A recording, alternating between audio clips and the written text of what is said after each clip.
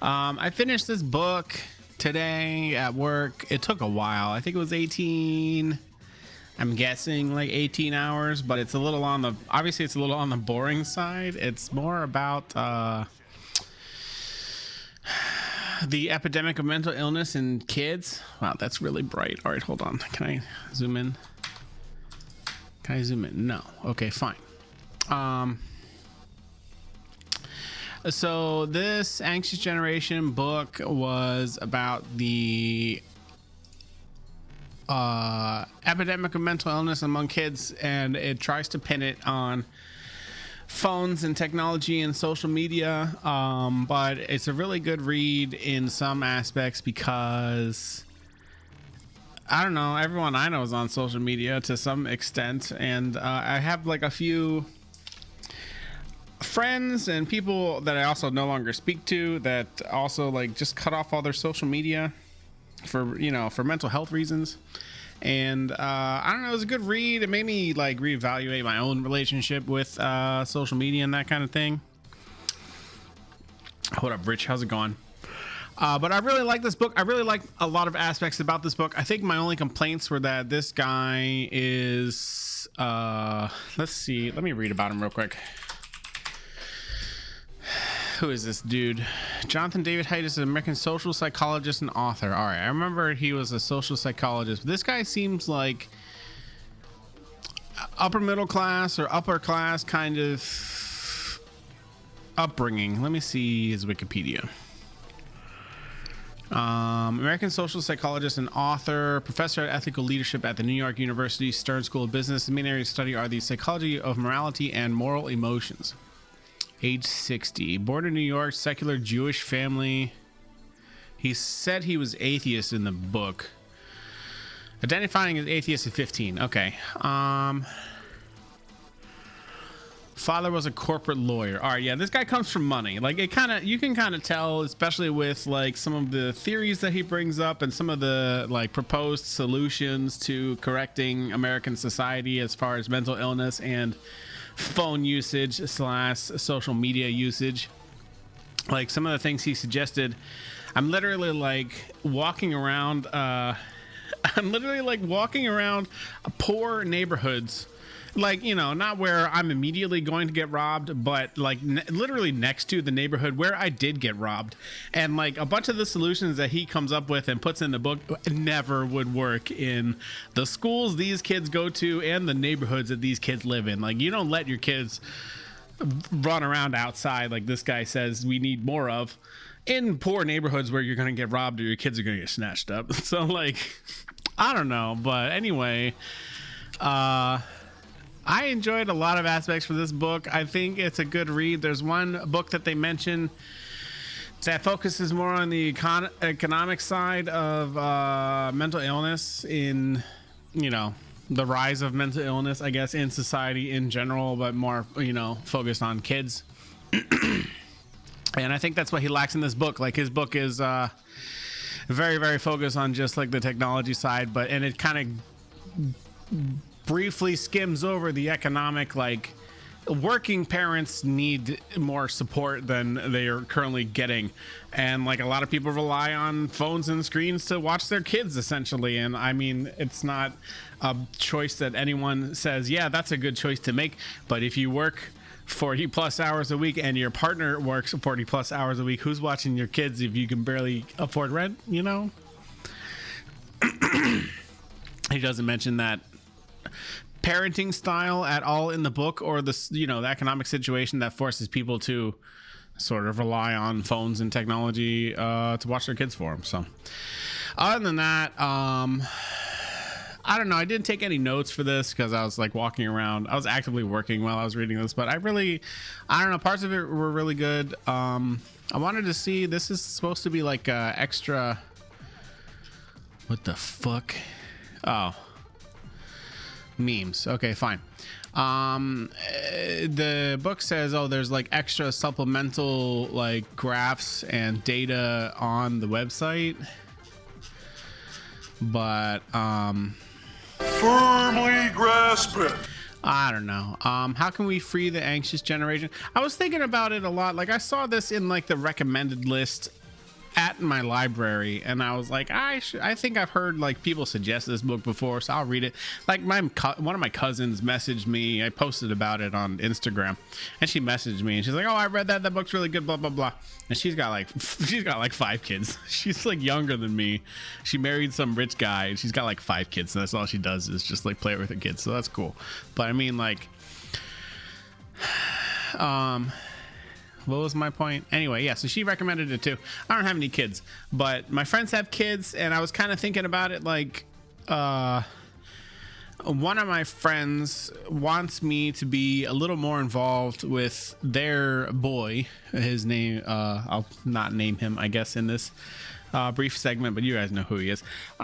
And so I'll go over there and just like hang out with them, try to get him to be less anxious around, you know, a grown-up that isn't mom and dad. And he's cool. He's a fun kid. I like giving him like dino related stuff. He's funny. But like I was thinking about it, like every once in a while I'll check my phone when I'm hanging around him, and he'll kind of look at it like, what is this thing that he keeps bringing out of his pocket? I don't really think about it because I don't have kids. But like if I show him it's okay to have my attention divided between him and a small little thing in my pocket, then it probably doesn't provide a good example like my friends want me to be, sort of. So I got to be more mindful of like checking my phone while I'm around this kid, I guess. I didn't really think about it, but anyway, I think for the most part I have a fairly healthy relationship with social media. Maybe not like I didn't used to, but now I don't, you know, check it. I don't think I check Twitter and Facebook and all that as much as I used to. Still kind of check it a little frequently, just to keep in touch with like friends and family without actually having to talk to them, which probably isn't the healthiest thing. But some of my family, I don't know, I don't really feel the need to talk to them like all the time like that. So every once in a while it's fine. But yeah, so some of this book didn't apply to me, like the last couple. I hate Facebook.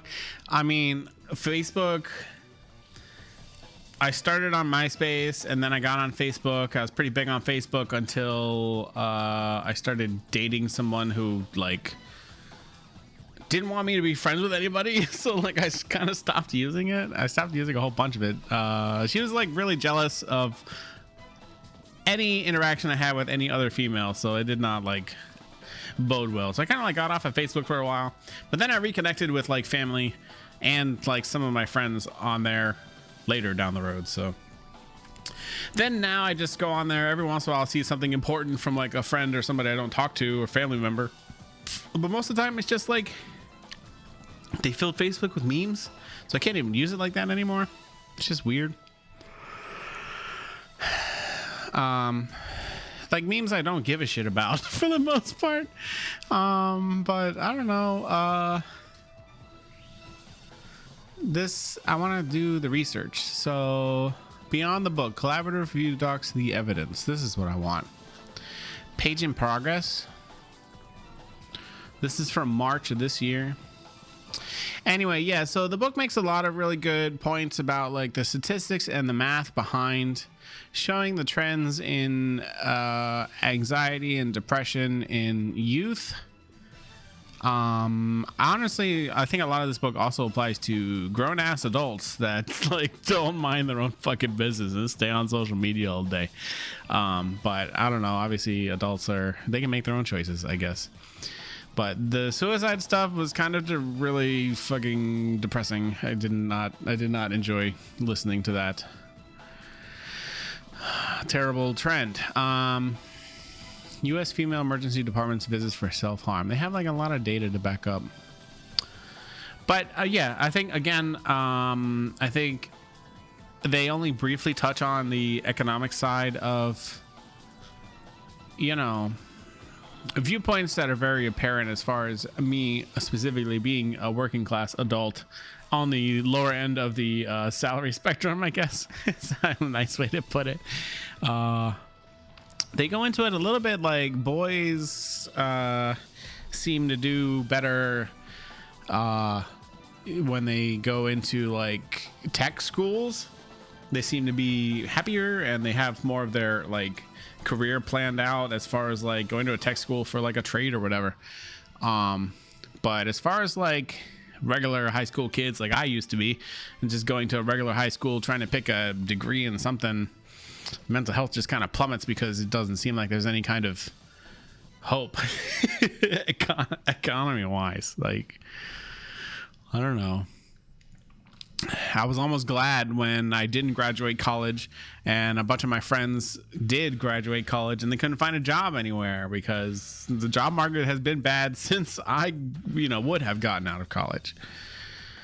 But obviously most of them I think most of my friends from high school got a degree and then just got a job in some other random thing for the most part. Like one of my closest friends got a degree in like mechanical engineering, and then he just went off to work for a software company. And they they just trained him to do work for them. Like, I think that's what a lot of my friends did. A lot of them got a degree and then got a job in something completely unrelated.